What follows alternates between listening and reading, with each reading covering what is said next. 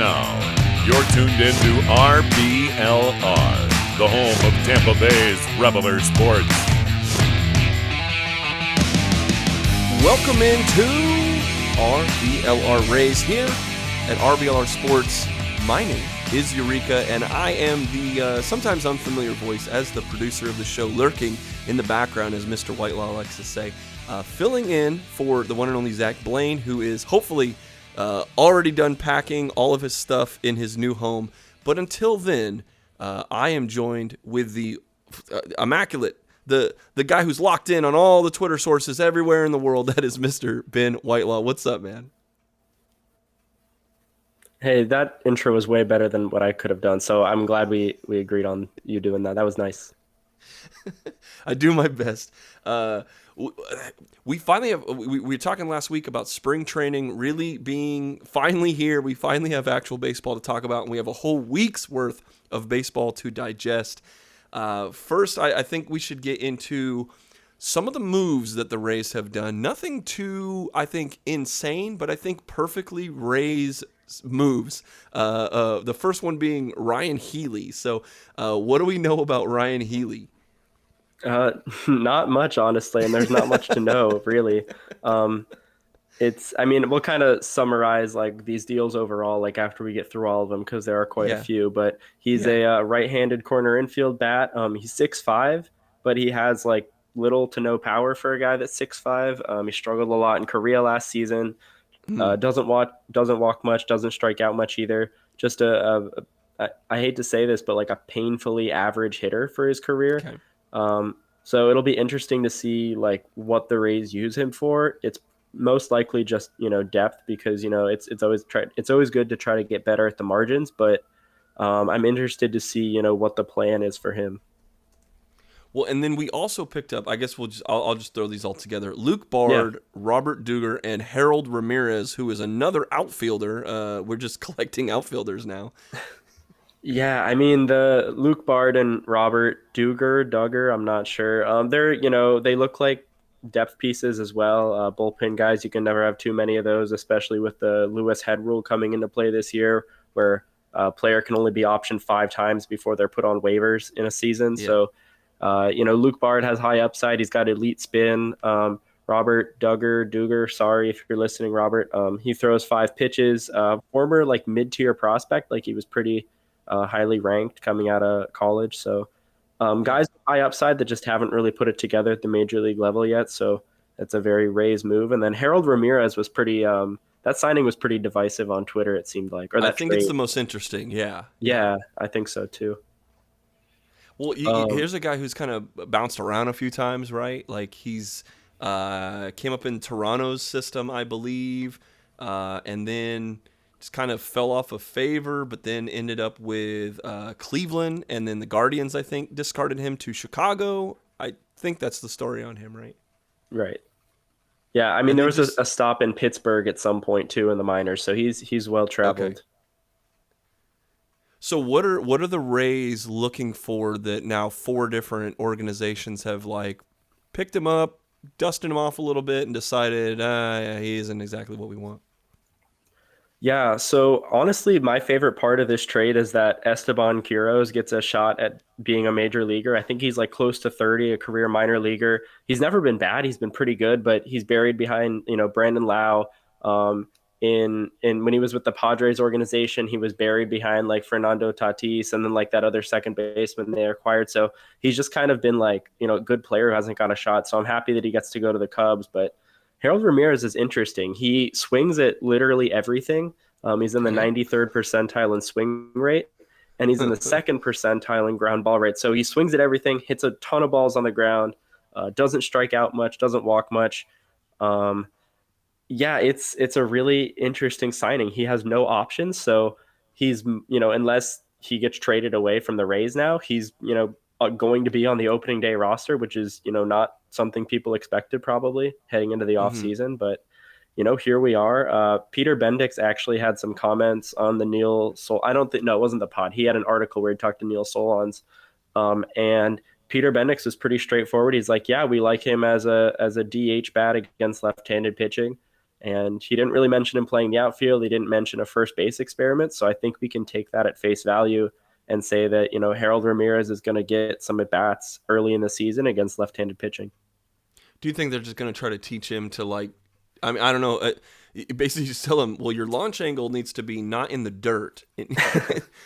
I mean, it sounds like that's pretty, I mean, obviously that's a simplistic way of putting it, but is there a way that, because you've basically just said if he's just a DH against left-handers, that he needs to hit fly balls, because I believe he also has really good exit velocity. It's just that it goes down instead of up.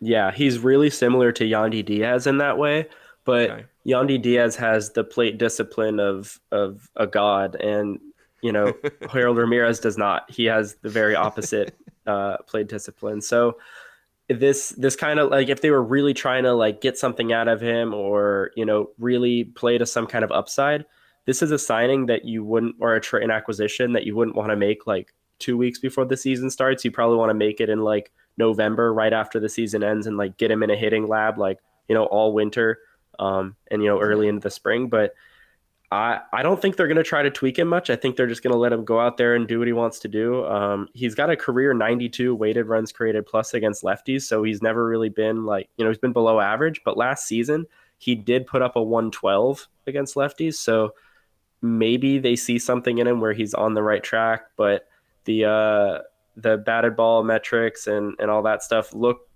pretty consistent throughout his career. So if they do any changes with his swing or anything like that, it'll be pretty minor. But I think he'll be serviceable. I think the Rays will get something out of him. I trust the organization there. Well, there were some bigger moves, I think, around the rest of Major League Baseball. The first being that we'll talk about is Jorge Soler going to Miami with a 3-year, $36 million deal, and he's immediately paid dividends in that Marlins blue. He got 2 hits, and I mean they were killing. They were just killing it. But he got 2 hits in the first inning of the spring training game the other day. He's a big, powerful guy, and now he's in the National League again. Yeah, he's someone that I wouldn't have not wanted to see on the Rays. I feel like he would have been a good option, but that's a pretty big overpay for a guy that can really only DH. He's not good in the field. I was kind of hoping he would go to Philadelphia just because their defensive metrics as a team are going to be really, really bad this year. So it would have been really fun to see him over there. But he's going to be a full-time DH in Miami, and good for him. He got his money after a great World Series, but I wouldn't have been happy if the Rays gave him that much just to platoon DH essentially. So it's a good move for him. Well, I think you're going to see, if we already knew, because of the CBA, if we already knew that these rules like universal DH were going to be implemented, I think you would have seen signings like this happen a season or 2 ago, where guys who literally cannot play defense but can hit the cover off the ball are going to go to the Cardinals and the Rockies and the Giants and all that kind of stuff, where normally you would have another guy who at least can play some defense, as a utility guy. But a lot of money like you said, a lot of money for a very specific skill set. But at this point, Miami's probably just looking for any power they can and do something to fill the stands. But speaking of guys overpaying, I wanted to get your thoughts on the Boston Red Sox bringing in Trevor Story at a 6-year, $140 million agreement. Now, Trevor Story's a name. I mean, he played a lot with Rising in Colorado. We've talked a little, or you guys have talked a lot about Story kind of ups and downs over the last couple weeks. What are your feelings now that we know that he's in our division as a Boston Red Sox? I think he makes the team marginally better. Okay. He's not, a Carlos Correa. He's not, any of these other high-end free agent bats that I can't think of right now. He's, coming out of Colorado, we're going to see, there's a lot of emphasis on his home and road splits, playing for the Rockies. And his road splits were not very good. But he does go into Boston where he has the green monster right there, 10 feet away from him. So all he has to do is hit the ball against that thing a couple times. And, he'll get his money. So I think he makes them a little bit better because they needed a second baseman. But Yeah, I think it's, a slight overpay, but Boston can afford that. So, it's kind of a wash, but I think it does make them a little bit better. I can tell you just from stories coming out that no pun intended, but Trevor is a well-respected teammate. He's a high work ethic guy, and it's really put together where he kind of hit the radar. Some people knew about him beforehand, but he kind of exploded on the scene around the same time as LeMahieu, if I'm right. They had a pretty good infield there. But he's not going to play shortstop. I think this adds to his kind of like do anything for the team mentality. He's going to play second base. But I know you guys had talked a bit about how this probably isn't the most advantageous thing for their defense, but do you think they're just going to shift all the time anyway, and he's just basically going to be playing on second base or left of second base sometimes? I think so. The thing that stood out to me about his like defensive home with the Red Sox is how, Xander Bogaerts and I can't think. Oh, Alex Cora, duh. They're, fairly adamant about Bogarts sticking at shortstop, and Bogarts is not a good defensive shortstop. He's a great hitter. He gets his money that way, but defensively, he's much worse than Trevor Story. So to keep Bogarts at shortstop and Story at second, there will be some shifting and all that, but it definitely like hinders the value that Story can bring to the team because Bogarts would probably be an okay second baseman, but his pride won't let him do that. So, yeah, I think Story's still going to find his way all over the field, but it's just interesting how Bogarts and Alex Cora are firm about the defensive alignment or defensive positioning. Well, let's get to more of our team news. Shane Yeah. Baz undergoes a little bit of surgery on his right elbow earlier in the week. He's on track for, I believe, a May return, but him being on the IL, I mean, this is a guy we thought was going to be. I mean, we've got Glasnow somewhere in the ether. Shane Baz is now for sure not going to be around for the foreseeable future. What are your feelings on Shane Baz? Was this the right thing? I mean, not that we have a decision to play, but how are the Rays going to deal with him and ultimately the top of their rotation now? Well, Boz was going to have his innings limited anyways, so it's not a good thing that he got hurt by any means, but I think it does kind of simplify how they're going to manage his workload. Because instead of like, having him pitch on like 6-7 days rest every, other start, they can kind of just do like a normal, get him into like a normal routine where it's a 5 days rest kind of thing, because he'll be coming into the season like, I want to say like late April, maybe like mid-May, somewhere around there.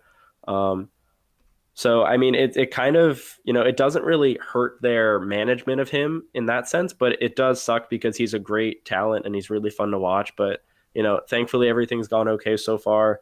He'll be throwing again in like 2, maybe 3 weeks. So he'll contribute this season, but I don't think this is as big of a blow as some people are making it out to be. That's good news. I mean, as soon as we can get any of these arms back, it's really, I think that's going to dictate. We all have a very high ceiling for this team.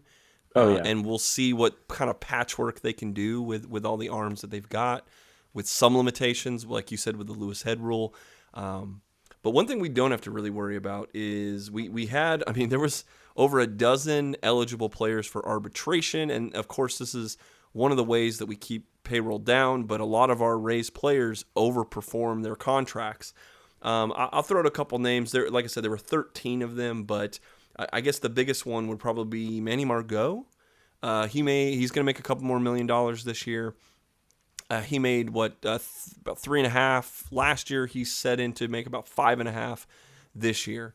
The other one would be Tyler Glasnow, who's going to get about $1 million more this year.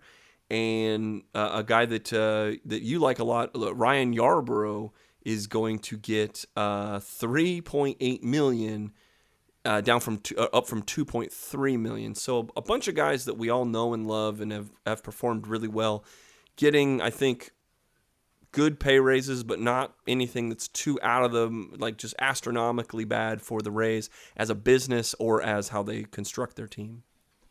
Right. And I think it's a good sign that the Rays are kind of just like settling with them before arbitration and they're happy to, give them those raises. Because this year with the lockout scare thing, arbitration hearings are going to happen during the season while players are like literally, playing games for their team, which I think is like kind of awkward and a little bit in poor taste. Like, you don't want to be arguing with the guy over his contract while he's out there at the plate or pitching on the mound. So it's good that they avoided that, and I think there are a couple teams, including the Marlins, that have multiple players that they're going to be having arbitration hearings for, like during the season, which is probably doesn't feel great for the players, and I don't think that it makes the organization necessarily look too good. No, it's a great point that you bring up where you get these guys happy, keep the locker room morale high. We already kind of have a team first mindset. At least that's what it kind of seems like. Where although we do have some superstar players now, we have the Rosarenas and the Wander Francos on the path to being these like megastars. You do have to keep your Brett Phillipses of the world happy. Where he's finally making over $1 million now, so he's a millionaire now. Good for him. And but it's a really, really good point that I didn't think about. Is like you nailed it. Where if they can just take care of this, where they don't have to worry about it, we hopefully don't have to have a beginning of the season slump, because if we're all on the same page, we're not worried about our paychecks. We're not worried about where we're buying groceries. I'm saying that in jest, but if it's hanging over your agent's head and you're kind of like, well, what's up? It might have a little bit of an impact on how you're playing and ultimately what you get paid in the future. So I dig it. There's one guy though that I know Zach would be very upset when he got to this part of the program, and that is Tommy Pham will not be a Tampa Bay Ray. Tommy Pham agreeing to a contract with the Cincinnati Reds. So at least he's not the American League's problem, or at least our problem. But he will not be in the nice blue and yellow for the Rays. Were you high on Tommy Pham and his prospect of coming in as kind of the power bat that the Rays need? I was, but the longer time went on, I just kind of like stopped being interested.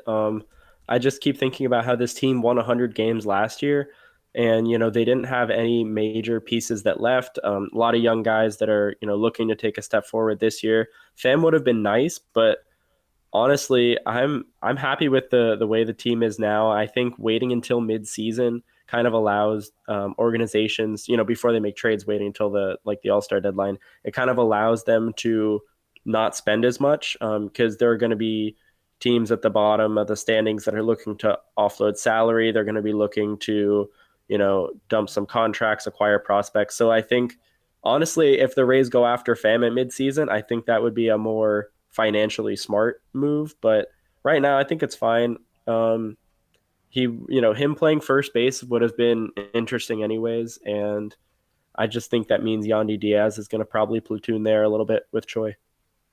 Yeah, and I think that I'm actually trying to. Oh, it's a $7.5 million deal. I'm not That's sure if the Rays would have paid $7.5 million, but he goes to a team in Cincinnati that is probably in desperate need of some outfielders from all accounts. So he gets a big time boost, and I think he wouldn't. I definitely think he wouldn't have got $7-8 million from the Rays for what you described as what their need for him would have been, if not changing your position. And that's a whole new can of worms. So with that all said, I would have loved to have the luxury of Tommy Pham. I'm a big Tommy Pham guy since his days with the Cardinals. And it's just, and being a Ray and like coming back, it would have been great. Right. However, I tend to agree with what you're saying on what he would have brought and what we're missing out by not having him here. Well, with all that said, right. And I like that please. Where it's.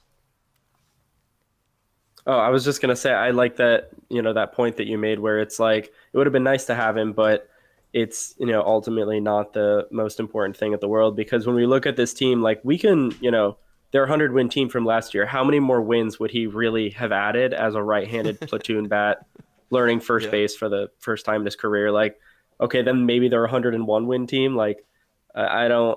It's just get to the playoffs, We'll see. we talked last week about finally having baseball. There's almost like too much baseball to go over. So we won't recap every game because in the scheme of things, wins, losses, which we don't have a lot of wins, so there's not a lot to talk about there. No. But the winning and losing doesn't necessarily matter. It's more about like what you see in between the lines. So Ben, you had a great idea. Let's just talk about maybe a couple guys we liked and a couple guys were like, they're not on the right track so far. Who's your first guy you want to talk about? I believe he started the first spring game for the Rays, and that's Chris Mazza. I love what I've seen from him so far. He talked about how he improved his slider grip, and he actually like showed the grip like on camera and everything. Like it was cool to see that, but he learned it from Chaz Rowe, and he's getting like, I think it was 18 to 20 inches of break now or something like that, like some insane number on his slider. And he's probably like the guy out of all the non-roster invites, like he's going to probably make the team. He's looked phenomenal. The results have been like pretty good. I think he had a couple like hiccups, but he's familiar with the team. He's, improved his slider greatly. He just looks like, I don't know, he looks like he knows that he belongs in the big leagues, and that slider is going to be really impressive this season. I like him a lot. Yeah, well, and again, this is like slider. You say slider. That's like the cheat code that I think the Rays are going for. So with all these guys and what they can do and the spin they can put on the ball, it's impressive. I'm gonna go with the guy that I was kind of unimpressed with, but in the long term, it's not going to be that bad. We talk about sliders. There was that video of Kluber throwing that ball just kind of like whoop, whizzing as you're watching a guy try to swing at it, and it was just a thing of art in slow motion. However, he did have his debut the other day. It was not very good. I mean, he went, but what can you say? I don't know if he's just shaking off rust or whatever, but in 3 innings of work, Corey Kluber gives up 4 earned runs, 3 by way of home run, but he did strike out 4 guys, so it's kind of like giving up a little bit of hits, 6 hits in 3 innings, 3 home runs, and 4 strikeouts, kind of even it out. But all in all, the numbers don't maybe belie the whole story. I think he's just dusting off some things. What did you think about Corey Kluber's first start yesterday? I agree with that. I think, the results weren't great. He did look a little inconsistent, but, reading up on it afterwards, he had a plan. Like they basically had a game plan for how many pitches he was going to throw, what he was going to throw, when he was going to throw it. So it was almost like he was just throwing his pitches and pretending there was no batter there. Like if they hit the ball, whatever. If they don't, he's just going out there and playing catch with the catcher essentially. And that's kind of what you want to see in your first spring start. Like that's his first appearance at the spring. Go out there, see how your stuff looks in like a real game situation. He's not really pitching to the hitters at that point. He's just pitching his game plan, and he's a really smart guy. So, normally he would make those adjustments, but it's pretty impressive that he was still able to strike a couple guys out with like just by doing like a pre-made plan that, he wanted to stick to. So I like that his stuff was good, but the results, I think they'll come around eventually. Agreed. And like I said, I wanted to preface that by saying like spring training results don't matter. It's really about like the things you're talking about. The what are we looking for long-term success? Once you're only throwing maybe 3 innings or 4 innings, and then it's a completely different style. In a week or two, we'll be saying a whole new tune. One guy I did want to say about who impressed me. It's a guy who the Tampa Bay Rays invited as a non-roster invitee. This guy is a Durham Bull. He's kind of bounced around a little bit here, but he's in his one appearance, he was killer in 3 innings. That is Adrian De Horta. It's a guy that, to be honest with you, is not on my radar, but he gave up 1 hit in 3 innings. He walked a couple guys, but he struck out 3. Just like I said, a guy that came out of nowhere. I love spring training because you start seeing these guys that they're just kind of tossing out there, but. You might get a guy who out of nowhere lights up the gun, maybe shows a little bit of spunk. You've got some film on him from the minor leagues and him bouncing around a few different organizations, the Padres, the Angels, but this is a perfect kind of Rays player that we've signed out of obscurity, and he's put it through 3 innings of work. He did a really good job. Were you able to see any of Adrian Horta this? Yeah, he's an interesting guy. I don't, we don't have a ton of data on him because it's, spring Right, trading, but right. he's weirdly good. I think he's a righty, and he was weirdly good against lefties. And I'm sorry if Yes, he's a lefty. That it was one of the things. Like he's a righty. He is a righty. his splits aren't that like drastic. Like he can kind of do it from both sides. It seems like.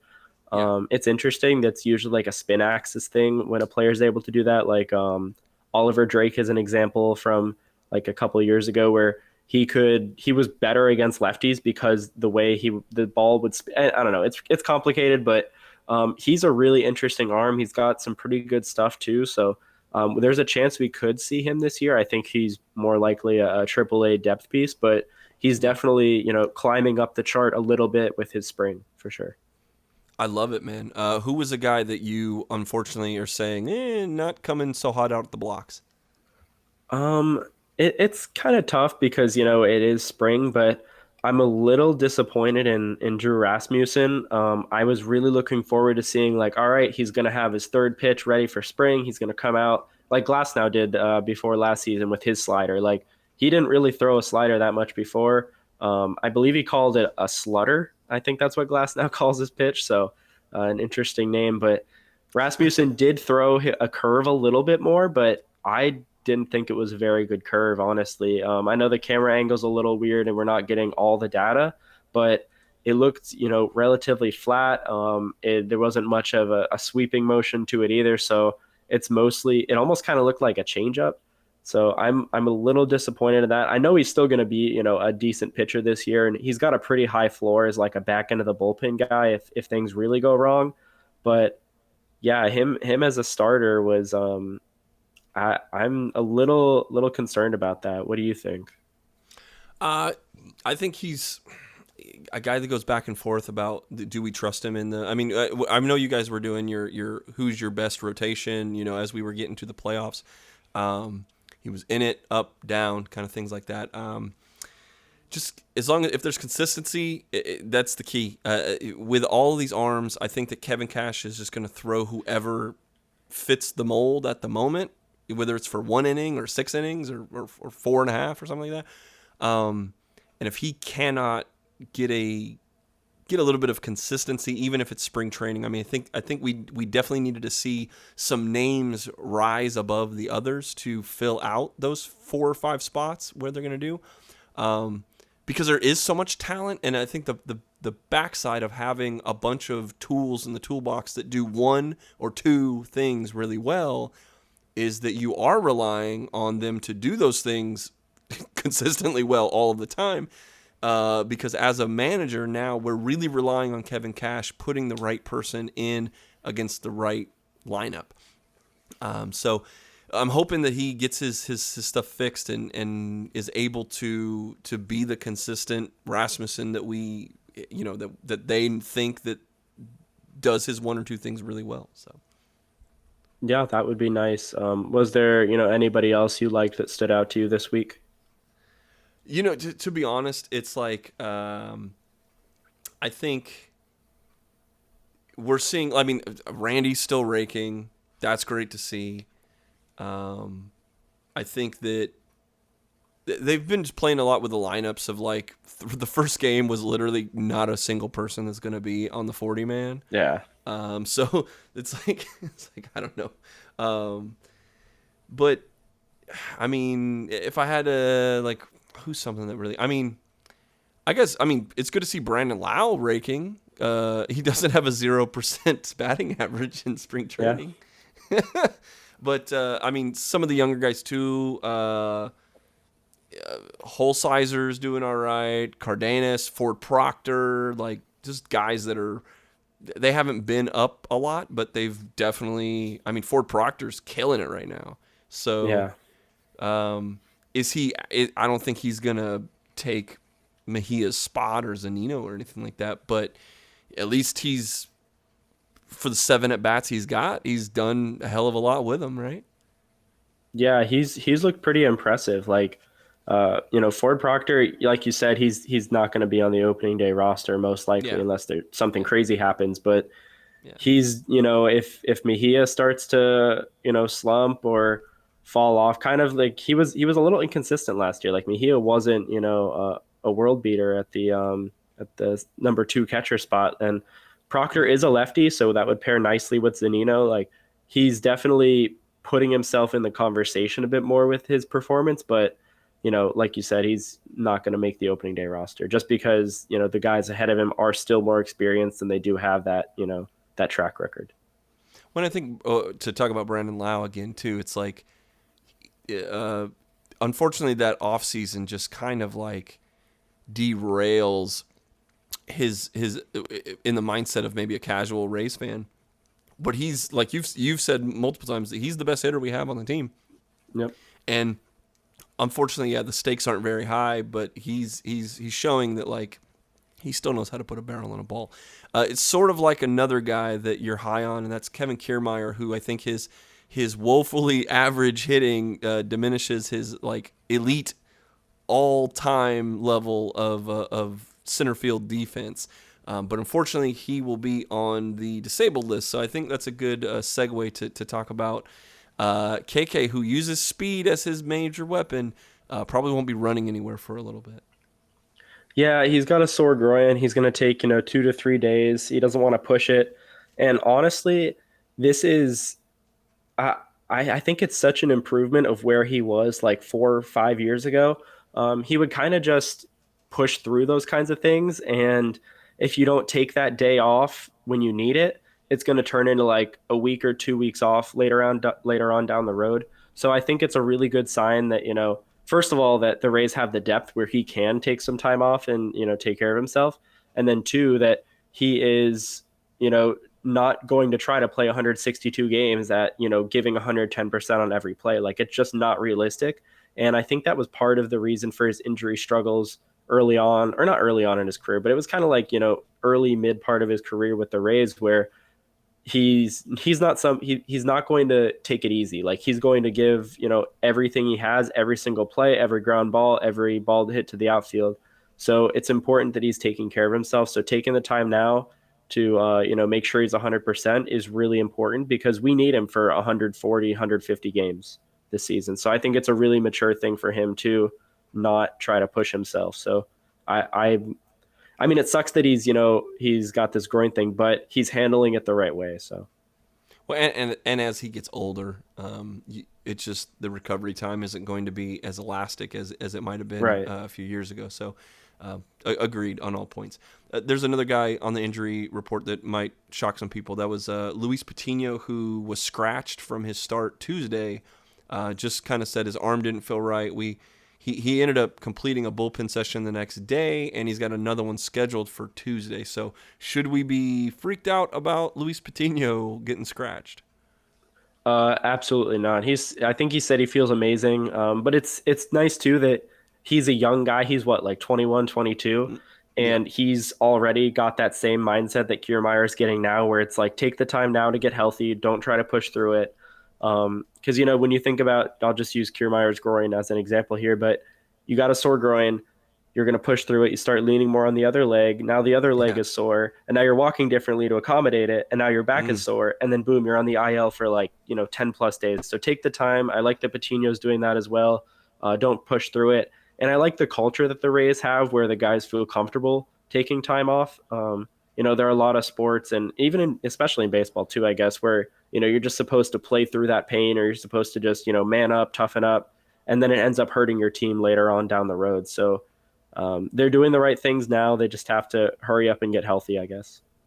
It's what I need to tell my wife. I'm almost 40 years old here, and she keeps trying to push me through these chores at the house, and I just need to tell her, hey, I'm just trying to follow the advice of Major League Baseball doctors, We'll see. As you get there, Ben, you'll learn, man. Well, with all that said, I know you had put in the notes here you wanted to talk about another really great podcast, and that's the Neil Solon's pod, which we're big fans of here. What did you hear when our patron saint of pitching, Snyder, was on the Solon's pod? There is so much good stuff. I love that podcast. If any of you listening haven't listened to it, he asks really good questions. He digs like at the players and the coaches and stuff. Like he doesn't just get these, ESPN cookie cutter answers that, we get like real, like tangible things. So some things that stood out to me from the Snyder interview were that they're going to distribute innings similar to last season, where they're not going to push too many guys past, like, I think the limit was like 150. Things will happen and maybe they'll get a little bit ahead of that, but that looks like it's going to be like the general like rule of thumb max for the starters and bulk guys. He said the staff has the potential to be as good as any staff in the majors this year. Like, and he's absolutely correct. Like, it's a really deep team. I want to start calling it the arm farm. I kind of like that. Like all the arms. I think it's, that rhyme is nice. But Are they he also, trademarking that? That could be a get it on a right? shirt. Yep. All Let's right. get it on a shirt right now. Beeks and Poche, he said, are ahead of the other injured arms and working their way back. So I think we got a good chance of seeing Beeks, who's been really great this spring. He's going to look like he's on the opening day roster. Poche looks like he could make it as well. He was a little rusty, but otherwise pretty good. And one of the most interesting things here, well, it's actually two things. So early in the season, the starters won't go more than roughly like 5 innings pitched or 75 pitches max as we build up in the season. So they're going to be piecing together like a lot of games, a lot of heavy bullpen use, and the buildup they're saying is going to be the normal buildup that they would do in like a 30-day spring training that they're trying to cram into like 2-3 weeks. So we're going to see starters that first week of the season get like 2, 3, maybe 4 inning starts, building up to that 5 innings, 75 pitch max that they're looking for early on. So it's going to be all hands on deck early in the season. But, if any team is going to be able to piece it together like this and keep guys healthy, it's going to be the Rays. So I like their approach to this. It's definitely going to, bode well for later in the season and in September when everybody's healthy and fresh. So I like it. Well, we can talk about the week upcoming as we are recording this on a Sunday. The Rays are actually playing right now, but upcoming this week, who are maybe some guys you're looking to see on the mound? I'm looking forward to seeing Patino, similar to the way I was looking forward to Drew Rasmussen, where I want to know what that third pitch is going to be. Patino needs it. He's a one-time through the order guy. He struggles against lefties. Like he's like with Rasmussen, he's got a high floor as like a back end of the bullpen guy, but he's got the potential and the stuff to be a really good starter. So I hope we see him add that third pitch. I want to see Yarbrough. So as soon as we get off, I'm going to be digging into that. He is. He's my favorite player on the team, and he's absolutely going to bounce back. Like, I am so confident about that. I'm excited about his velocity. I really want to know where that velocity is coming from. So we'll look into that, and I'll be able to talk about that next week. And I want to see Crisco oil, man. Crisco, yeah, got to get a little bit looser, I guess. Just joking.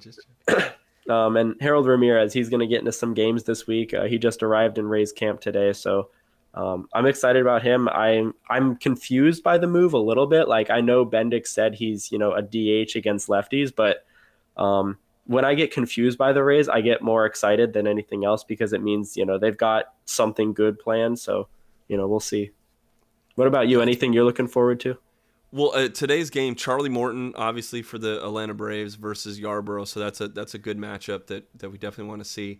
I expect to see a little bit of rotation, but with the shortened spring training, I just kind of think some of the higher numbered AAA or 4A or guys are going to get a little less playing time. We just brought in Ramirez, so definitely want to see how he fits in and just kind of what he's got working with the coaching staff in Major League camp. So we'll see some of that. I'm definitely on the same boat with you with Yarbrough. I want to see what he does. And again, I just want to see someone stand out from the pack all in all, it's going to work out. I'm hoping. We're really optimistic about the pitching staff and what you were saying about Snyder and kind of limiting guys the way we should and kind of spreading it out across the entire arm farm. We're definitely making that a thing. But just seeing more of that, I just kind of want to see how quickly we're going to gel a lot. It's the same team, but like when we're putting that lineup out there, I want to see the offense that we expected and did not get in the postseason. I want to see at stretches. I don't want to see an early slump start for this team. If we're going to win 100 games, it needs to come kind of out of the block, especially when there's going to be all these weird double headers and this condensed time frame. And I think the long-term strategy is going to work in the Rays' favor just because it has so far in the history books. It looks like it's a solid foundation to build upon, but kind of getting a little less of the 4A, 3A guys and more about the guys that are actually going to be on the 40-man and getting their power going where it isn't just, hoping and praying that we can pull 1 or 2 runs and get a good pitching performance like we did so many times last year. Oh, yeah, definitely. I mean, the offense was, pretty decent last year, like much improved from what we've seen in the past, but they do need to keep firing on all cylinders like that. And just to go off that point you made about, not seeing too many, we'll see more of the regulars this week, I think, but we're still going to see some of the fringe guys sprinkled in because rosters are, going to expand to 28 men, I think. Whenever that happens, it's pretty much all but finalized. So there will be a couple fringe players that we do see kind of sneak onto the roster, onto the 28-man roster until they, they'll crunch it down, I think, a little bit, like a couple months into the season. I think that's the plan. That's a great point. But yeah, the Rays are most likely going to, carry extra pitchers because they need to carry that load. So just looking forward to that, I think, too. Like seeing who's going to, be the extra 3 guys that we stick on the roster.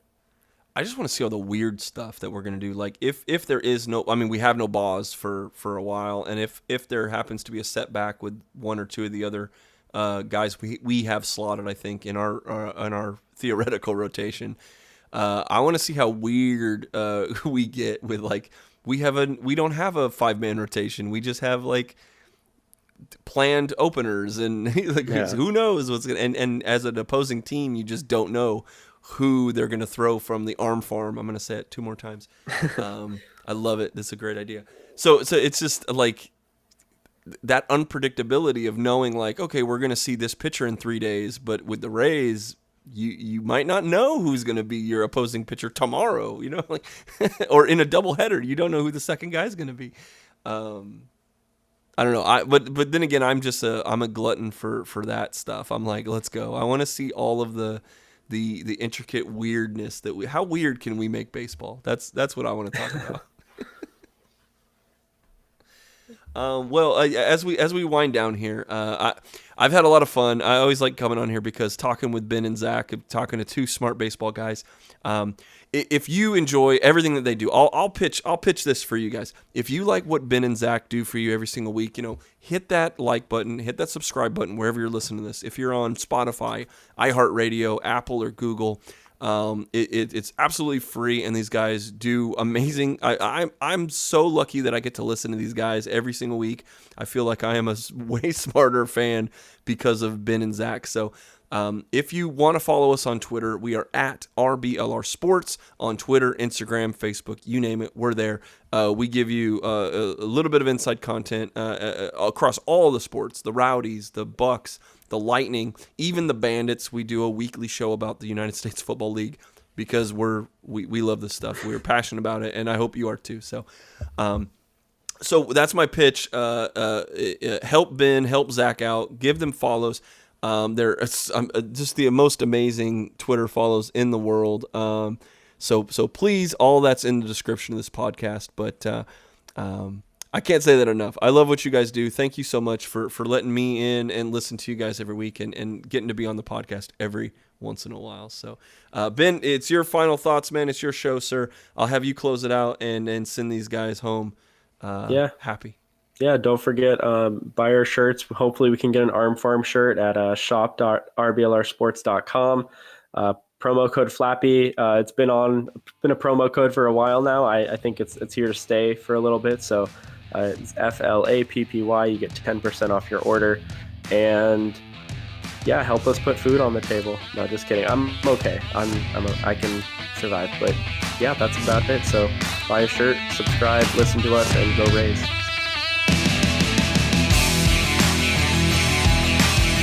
Thank you for tuning into this presentation by RBLR Sports.